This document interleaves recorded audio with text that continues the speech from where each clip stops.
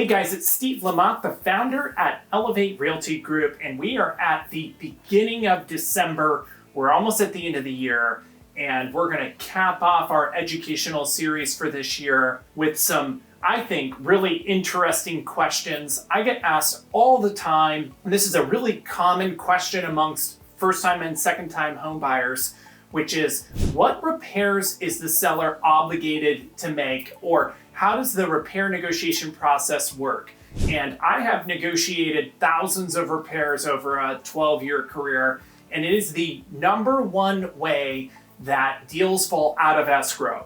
And honestly, it's where tensions run high and there's a lot of misinformation out there. And I want to make some good correlations that you can use as you prepare your home for sale, and then also, if you're a buyer, prepare yourself to go into those negotiations. So the seller is not obligated to make any repairs on any property, period. That's first and foremost. So no matter what the house is listed for, all repairs are considered a negotiation. Now, I break repairs down into two different categories. There are lender required repairs. This is really important to understand if you're a seller. Some buyers, to get financing, the lender is going to require them to make repairs to actually close the loan. Those are really important. You kind of have to do those as a seller if you want to sell your home to a buyer that needs financing. The second kind of repair is what I would consider optional or deferred maintenance or just cosmetic repair.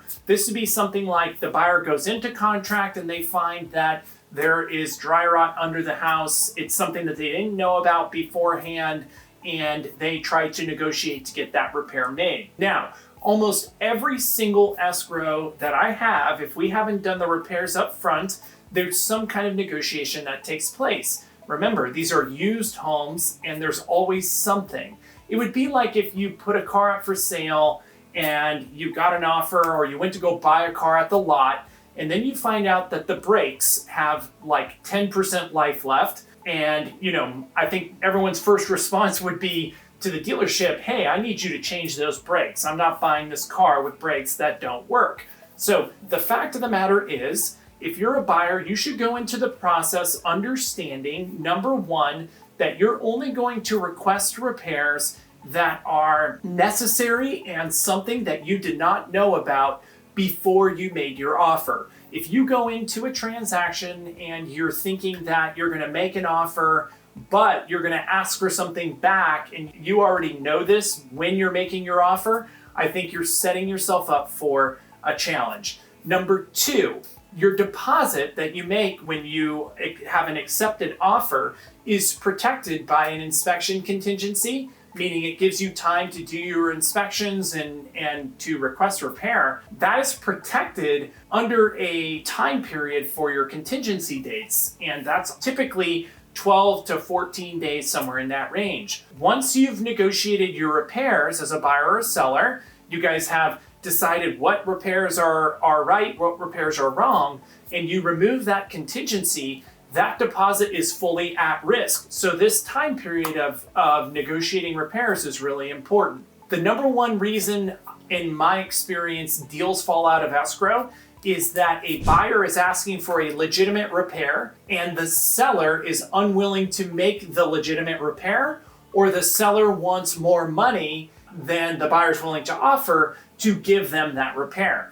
And my advice is to sellers, and this ties in really well with our concierge program where we do renovations up front, is to just do the repairs that are necessary before you actually list the house. 99% of the time, we get no repair request, there's no negotiation, it's a clean, clear sailing all the way to closing. Buyers, I would be very careful to overreach and ask for things that don't matter. In the long run, 10 years from now, after you buy your home, you're not going to remember, assuming a $2,500 repair. You just aren't. So let's cap this off. The number one reason that deals fall out of escrow is repair negotiations and disagreements over repairs. The key takeaways you should take away: number one, don't ask for repairs that aren't required by your lender. Don't ask for repairs that aren't legitimate repairs. An HVAC being 10 years old is not a legitimate repair, honestly. You're really looking for things that are going to get worse immediately or things that are deferred already. Number two, much of home prices when they're put on the market is factoring a lot of deferred maintenance and how old things are in the price that the home is listed for. If everything was brand new, the list price would be higher.